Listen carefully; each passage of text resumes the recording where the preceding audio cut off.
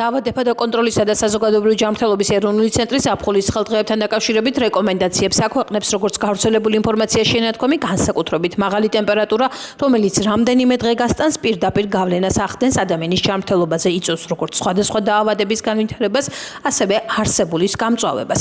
ნეგატივი დაინტერესდა თუ როგორ მკლავდებიან მოქალაქეები ქუთაისში მაღალ ტემპერატურას. სახში გვაქვს ეს კომფორტი, კონდიციონერი. ესე უკლავდებით. მე ვაპირებთ სადმე წასვლას დასასვენებლად. წინაწელს უფრო ცხელი მახსოვს კი არა. ივნისის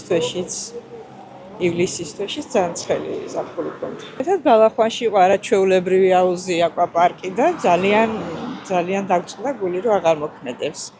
სერიოზულად ძალიან კარგი იყო. სოფელში ისეთი კაი ჰაერია, მდინარის პირდაპირ ცხოვრობ და ასე რომ ჰაერი მაქვს. პრობლემა არ მაქვს, ქალაქელი არა. სოფლიდან. სოფელში ჯანსაღი ცხოვრებაა და ამიტომ თქვენ შემოგევლეთ, კარგად ვატარებ დროს. ჩავად ვიბანერებ მდინარეში და იგივე სხვა არ არის, მზეთ არ მივიღე. ადრე და ახლა განსხვავება მართლა ამინდებს შორის. ჩვენ აი მე და ეს ერთი მხრიდან ვართ, თანაკლასელები ვართ და მთელი დღე ჩვენ მუშაობდით, ბავშვები, ისე სოფლებში ცხოვრობდით და მუშაობდით და ასე ჩვენ არასოდეს სიცხეს არ შევუწუხებივართ, მაგრამ რა უნდა ვქნა და უნდა გაუძლოთ ალბათ ყველაფერს. და როგორ უმკლავდებით ახლა? ხან ახლა გამოგვიდეს აგერ წყალი, ხან რაღაცა რა ვიცი, წყლით გრილდებით, ხან სახში შევაფარებთ თავს, ხან მაგრამ იცმუშაობს კი მიწოდვა კონდიციონერები და რა ვიცი, რაღაცა ასე ვცდილობთ რომ რაღაცა მოვახერხოთ. თბილისში შევდივარ, ვისვენებ. ასეთი ყოველთვის ზაფხული. ივლისი, აგვისტო ყოველთვის ცხელი იყო და ახლა ცხელია. ევროპაში უფრო ცხელი ზაფხულებია. ვიდრე ჩვენთან. ჩვენთან კიდე არა უშავს. დაავადებათა კონტროლის ეროვნულ ცენტრში განმარტავენ, რომ მაღალი ტემპერატურით გამოწვეული მთავარი რისკები დეჰიდრატაცია, გაუწყლობა ორგანიზმში წყლის დეფიციტი, გადახურება, რომელმაც შესაძლოა გაუარესოს გულსის წარხვდა და რესპირაციული დაავადებების მქონე პირთა ჯანმრთელობის მდგომარეობა, სითბური გამოფიტვა და სითბური დაკვრა.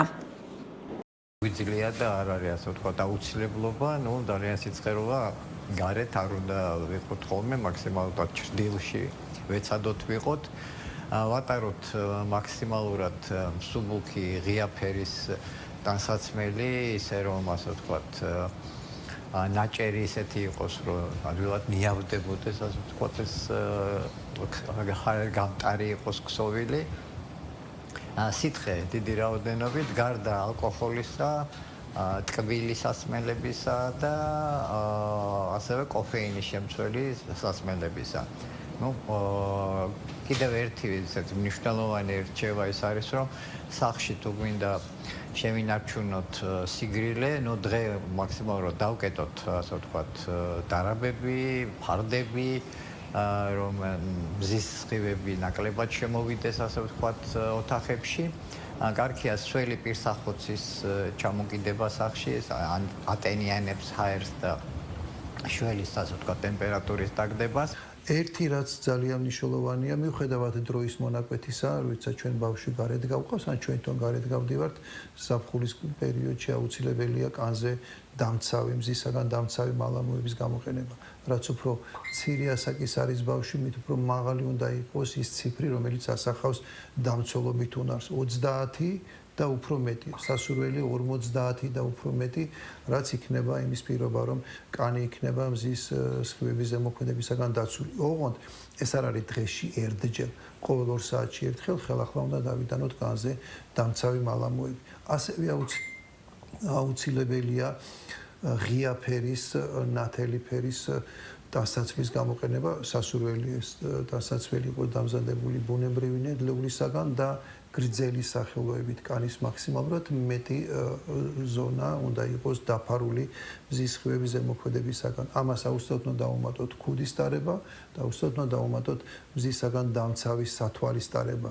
მზის სათვალე კატეგორიულად აუცილებელია, ვინაიდან მზის სხივების ზემოქმედება შეიძლება ისახოს თვალზეც ნეგატიურად.